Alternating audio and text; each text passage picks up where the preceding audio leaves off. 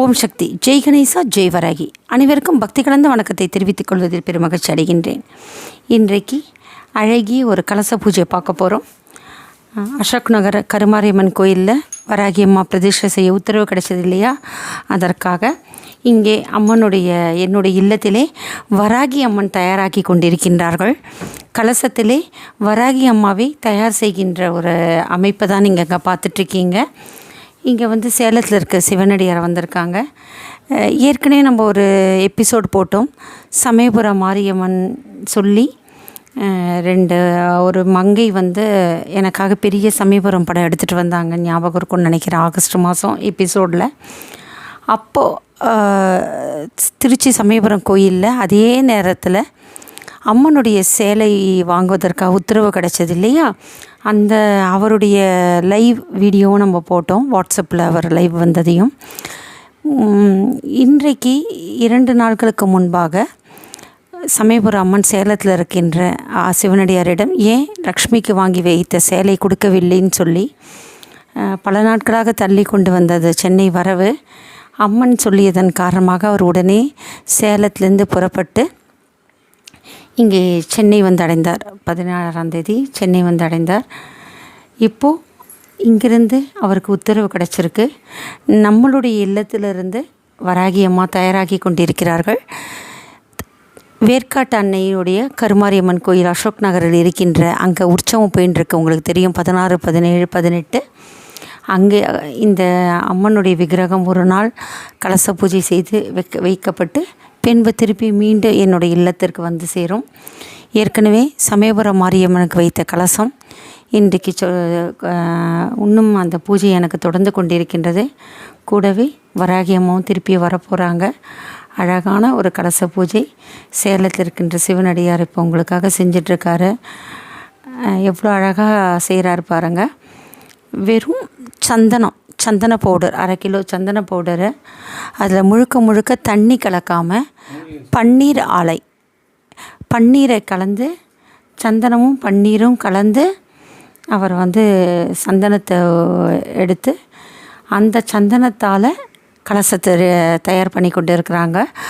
மஞ்சள் சந்தனம் காப்பு செய்யும்போது மஞ்சளானது விரிசல் விட ஆரம்பித்திடும். உங்களுக்கே தெரியும். எனக்கு அம்மன் எப்போ உத்தரவு கொடுக்குறாங்களோ அதுதான் கணக்கு. விளையாட்டாக வைக்க ஆரம்பித்த அன்றைக்கி கலச பூஜை சமயபுரம் மாரியம்மன் ஒரு 3 நாள் இருக்குன்னா 5 இப்போ கிட்டத்தட்ட 35 நாள் மேலே வந்திருக்கு. நவராத்திரிக்கு முன் அமாவாசை தானே, 48 நாள் முடியுது. அதனால் மஞ்சளுக்கு பதிலாக இங்கே சந்தனத்தில் தயாராகி கொண்டிருக்கிறாங்க வராகி அம்மா. வாசனை சந்தனம் பன்னீரோடு சேர்ந்து தேங்காயில் எவ்வளோ அழகாக கலசம் கொண்டு வந்துட்டுருக்காங்க பாருங்கள். வராகி அம்மனுடைய முகமானது தயாராகி கொண்டிருக்கின்றது. அழகான அமைப்புடைய வராகி அம்மா. எவ்வளோ அவருக்குடைய கை நிறுத்தி பாருங்கள்.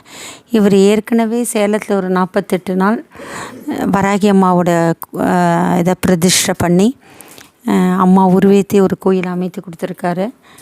அதே போல் விநாயகருடைய சிலையும் உச்சிஷ்ட கணபதிக்கும் 48 நாள் பூஜை செய்து அந்த பூஜை அமைப்பையும் அந்த பாக்கியத்தையும் பெற்றிருக்கிறாரு.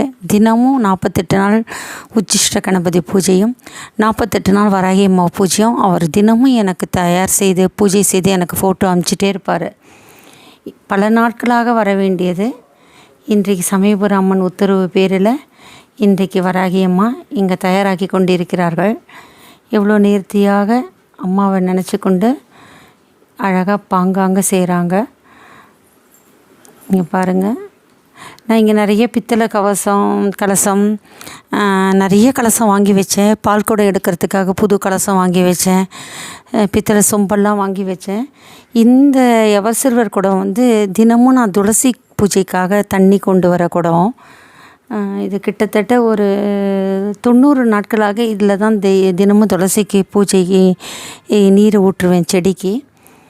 எத்தனையோ குடத்தை செலக்ட் பண்ணால் தயார் செய்து பார்க்கும்போது பார்த்திங்கன்னா இந்த குடத்தில் தான் அந்த அம்மாவோட தேங்காயானது அமைப்பு வந்திருக்கு. பெரும்பாலும் சொல்லுவாங்க கலசம் அப்படின்னாலே பித்தளை அல்லது செம்பில் தான் பண்ணணும்னு, அல்லது வெள்ளியில் பண்ணலாம். ஆனால் இங்கே பார்த்தீங்க அப்படின்னா நானும் புதுசாக ரூ. 500 கொடுத்து ஒரு குடம் வாங்கி, இன்னொரு ரூ. 250 ஒரு சொம்பு வாங்கி, செப்பில் இருக்கிற வரலட்சுமி நோம்புக்காக அதை கொடுத்து, எதுலையுமே அம்மா வந்து அமைப்பாக வரலை. இதில் மட்டும்தான் அந்த தேங்காயோட அமைப்பு பொருந்தி வந்தது. அதெல்லாம் அம்மாவுக்கு எது விருப்பம்னு நினைக்கிறாங்களோ அதில் தான் நம்ம செய்யணும்னு நினச்சிட்டேன்.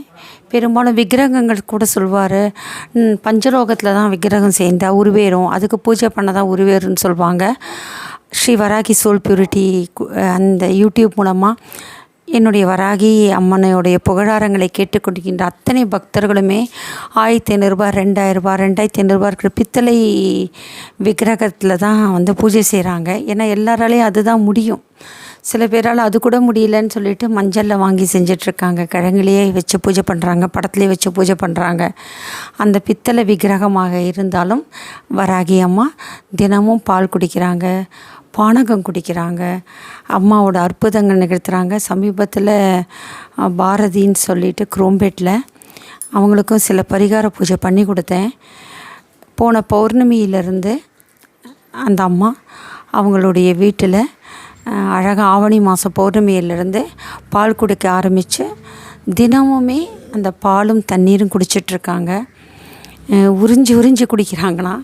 அந்த உறிஞ்சி குடிக்கிற வேகத்திலே பாதி தண்ணி கீழே சிந்து தான். விளக்கேற்றும் போது மட்டும்தான் அந்த அம்மா சாப்பிட்றாங்களாம். விளக்கு தணிஞ்சிருத்துனா எவ்வளோ கொடுத்தாலும் குடிக்க மாட்டேன்றாங்க. என்ன ஒரு அற்புதம்னு சொன்னாங்க. சின்ன குழந்தைங்கள வச்சுட்டு அவ்வளோ பிள்ளைங்களை நோய் நொடியோடு தவிச்சிட்டு இருந்தாங்க. அவங்களுக்கு பரிகார பூஜை பண்ணி கொடுத்ததுக்கப்புறமா இந்த அமைப்பு வர ஆரம்பித்தது. நான் முதல்ல வாக்கு சொல்லும்போது உங்கள் குடும்பத்தோடு ஒரு பெண் தெய்வம் இருக்காங்கன்னு சொல்லும்போது, அடுத்த நாள் 15 வருஷம் முன்னாடி கிடைத்த ஒரு படம் அவள் கைக்கு கிடச்சி, தேனி மாவட்டத்தில் இருக்க கௌமாரி அம்மன் அவங்களுக்கு கிடச்சிது. அவங்களுக்கு அவ்வளோ சந்தோஷம். நான் தொடர்ச்சியாக ஒரே நாளில் நான் முடிவு செய்து ஒரு பிரம்ம முகூர்த்தத்தில் அவங்க பங்காளிகள் அனைவரும் என் வாக்குக்கு மதிப்பு கொடுத்து எலுமிச்சம்பழம் மூலமாகவே எல்லார் எல்லையிலையும் குலதெய்வ பூஜையை செய்ய சொன்னேன். அதே மாதிரி தமிழ்நாடு முழுதும் இருக்க அவங்க உலகத்தில் இருக்கிற அத்தனை குடும்பமும் ஒரே நாளில் ஒரே நேரத்தில் தம்பதி சகிதமாக பூஜை பண்ணாங்க. அதுக்கப்புறம் பரிகார பூஜையும் செஞ்சு கொடுத்தேன். இப்பொழுது பார்த்திங்கன்னா வராகி அம்மா தினமும் குடிக்கிறாங்க. எதற்காக சொல்ல விடுகிறேன் என்று சொன்னால், பித்தளை எவர் சில்வர் இதெல்லாம் எதுவுமே வராகி அம்மா பார்க்குறதில்ல. அவங்களுக்கு பிடிச்சிருச்சுன்னா எப்படி வேணால் யார் ரூபத்தில் வந்துடுவாங்க. இந்த ஆகம விதிப்படி சொல்கிற சாங்கியம் இப்படி தான் இருக்கணும், அப்படி தான் இருக்கணும், 5 பஞ்சலோகம் இருக்கணும் அப்படின்ற அமைப்புலேயும் அம்மா வர்றதில்லை. அவங்க தனக்கு எப்போ தோணுதோ அவங்க வர்றதுக்கு தயாராக இருக்காங்க. அப்படி தான் இங்கேயும் இங்கே கலசத்தும் சொம்பை அவங்க இந்த துளசிக்கு நான் தினமும் தண்ணி ஊற்றுகின்ற அந்த எவசில்வர் சொம்பை தான் அவங்க தேர்ந்தெடுத்தாங்க. அதே மாதிரி நிறைய சீலை எடுத்து வச்சுருந்தேன். எத்தனையோ சீலை புடவை கட்டுறதுக்கு எடுத்தாலும் அமைப்பு வரல. நான் சொன்னேன் இல்லையா, அந்த ஒரு எபிசோடு பார்த்துருப்பீங்க, சிறு குழந்தைகளை பற்றி. ஒரு திருமதி ஜெயா ஸ்ரீராம் அவர்கள், அவங்க அம்மனுக்கு வந்து பட்டு சீலைனா எடுத்துகிட்டு வந்து சீர் வச்சாங்க அம்மனுக்கு, என் வீட்டில் இருக்க சமீபுரம் மாரியம்மனுக்கு.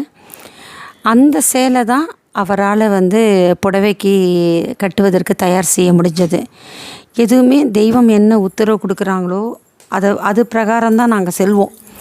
அந்த அமைப்பு என்னவோ அந்த பிரகாரம் தான் செய்வோம்.